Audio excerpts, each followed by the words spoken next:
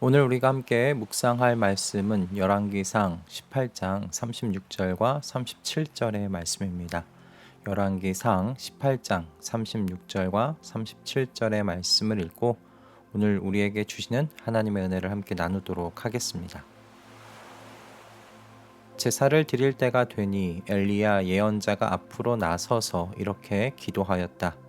아브라함과 이삭과 이스라엘을 돌보신 주 하나님, 주님께서 이스라엘의 하나님이시고 나는 주님의 종이며 내가 오직 주님의 말씀대로만 이 모든 일을 하고 있다는 것을 오늘 저들이 알게 하여 주십시오. 주님, 응답하여 주십시오. 응답하여 주십시오. 이 백성으로 하여금 주님이 주 하나님이시며 그들의 마음을 돌이키게 하시는 주님이심을 알게 하여 주십시오. 아멘. 살아생전에 생생하게 기억하는 기도 응답만 5만 개 정도가 된다고 해서 기도의 성자로 불리는 조지 뮬러의 이야기입니다.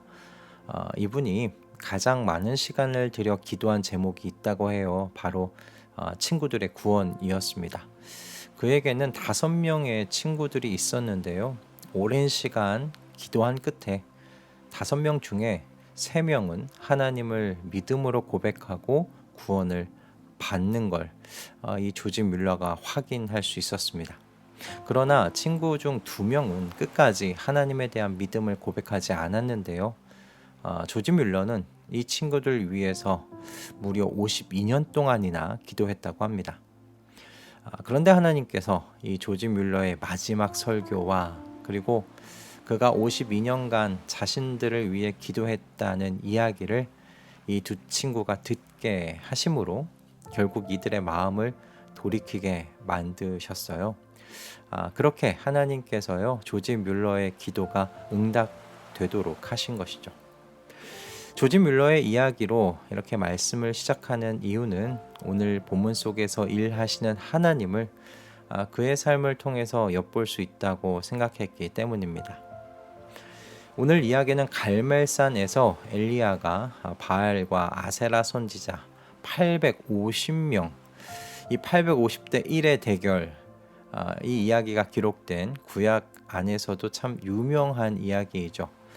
하나님께서는 갈멜산 위에서 엘리야를 통해 하나님의 영광을 그곳에 모여있던 이스라엘 백성들 앞에 나타내셨고요.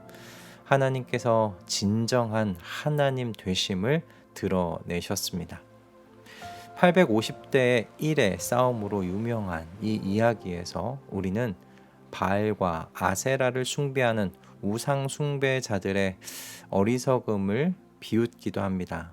그리고 하늘에서 불을 내려 물로 흥건하게 젖어 있는 이 제단을 태우신 하나님의 영광을 보면서 흐뭇한 미소를 짓기도 하죠. 여호와 하나님만이 유일한 하나님이시지. 그리고 지금도 그 하나님은 유일한 하나님이시니 하나님의 영광을 우리의 삶 속에 갈멜산에서처럼 드러내달라고 우리는 이 이야기를 통해 기도할 수도 있을 겁니다. 그런데요, 여러분, 오늘의 이 이야기 속에서 하나님께서 이렇게 극적으로 하나님의 영광을 드러내신 이유, 그 이유가 무엇인지를 생각해 봐야 할 것 같아요. 그리고 오늘 이야기는 그 하나님의 영광을 이렇게 극적으로 드러내신 이유를 분명하게 설명하고 있습니다. 바로 이스라엘 백성의 마음을 다시 하나님께로 향하게 하시기 위함이다라는 겁니다.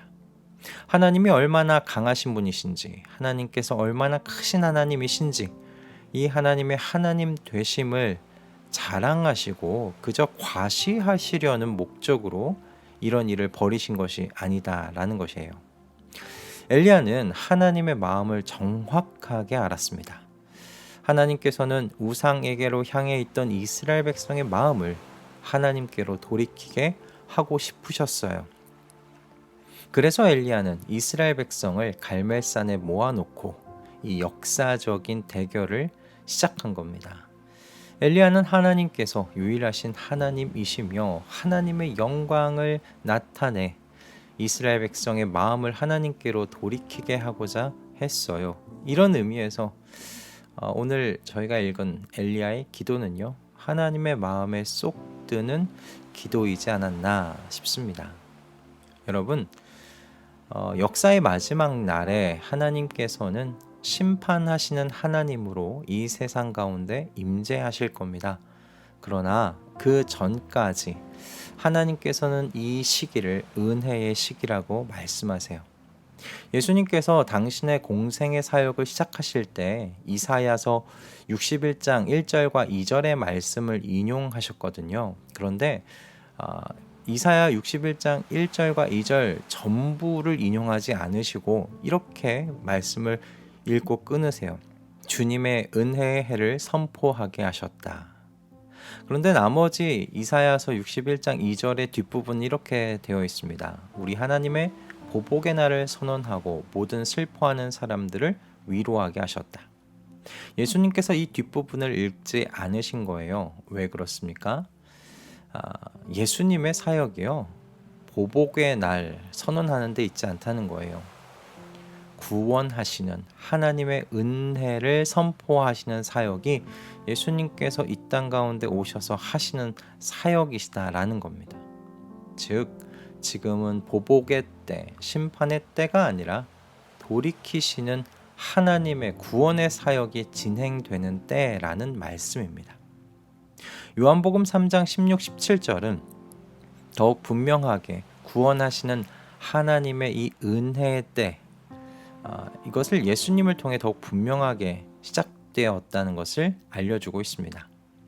하나님께서 세상을 이처럼 사랑하셔서 왜 아들을 주셨으니 이는 그를 믿는 자마다 멸망하지 않고 영생을 얻게 하려는 것이다.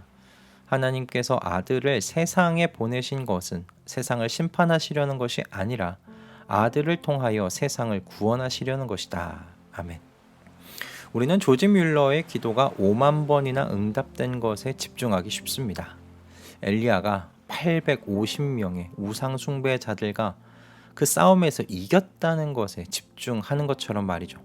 그러나 우리는 하나님께서 왜 이런 식으로 하나님의 영광을 드러내셨는지, 왜 이런 식으로 하나님께서 기도에 응답해 주셨는지, 하나님의 하나님 되심을 이렇게 이 사람들 안에 드러내 주셨는지를 물어봐야 합니다.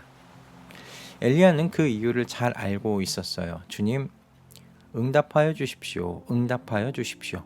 이 백성으로 하여금 주님이 주 하나님이시며 그들의 마음을 돌이키게 하시는 주님이심을 알게 하여 주십시오. 여러분의 기도는 왜 응답되어야 합니까? 하나님께서 우리의 하나님이시기 때문이죠. 하나님께서 저희의 아버지이시니까요. 그러나 또한 저희의 하늘 아버지께서는 아직 주님께로 마음을 돌이키지 않은 많은 사람들을 위해 하나님의 하나님 되심, 하나님의 영광을 드러내길 원하세요. 지금은 심판의 때가 아니요, 세상을 구원하시려는 하나님의 열심히 일하시는 때라는 것을 이 땅의 작은 예수들인 저희를 통해 보여주시기를 원하신다는 말씀입니다. 그러니 여러분, 오늘 이후로 우리의 기도가 달라지기를 소원합니다. 우리의 삶의 소원이 달라지기를 바랍니다.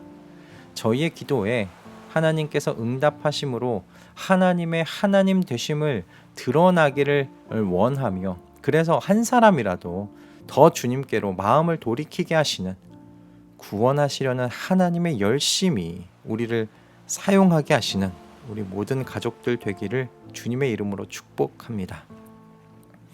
하나님께서는 그를 믿는 자마다 멸망에 이르지 않고 영생을 얻게 하고자 하시는 이 열망으로 가득하신 하나님이십니다. 그러니 우리의 말과 행동, 우리의 모든 언어가 그분의 열망을 담아내는 그릇 되기를 소망하며 기도하는 오늘 아침 되시기를 또한 주님의 이름으로 축복합니다. 기도하겠습니다. 주님, 우리는 엘리야가 850명의 우상 숭배자와 싸워 이긴 것, 그 영광에 집중하기 쉽습니다. 조지 뮬러가 5만 번에 가깝게 기도 응답받았다는 바로 그 이야기에 집중하기 쉽습니다.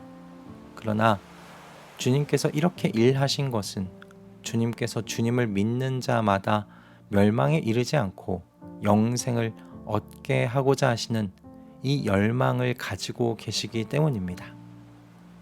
하나님께서는 그의 백성의 마음을 돌이키게 하시는 하나님이시기 때문입니다. 주님, 저희가 주님의 종들입니다. 주님의 종인 저희가 주인의 이 마음을 잘 알아서 주인의 마음을 시원하게 해드리는 더운 날 냉수와 같은 종들 되기를 소원하오니 주님, 저희를 주님의 이 사역에 사용하여 주시옵소서. 오늘 우리의 삶이, 우리의 오늘이 주님의 이 사역에 쓰임받게 하여 주시옵소서. 예수 그리스도의 이름으로 기도드립니다. 아멘.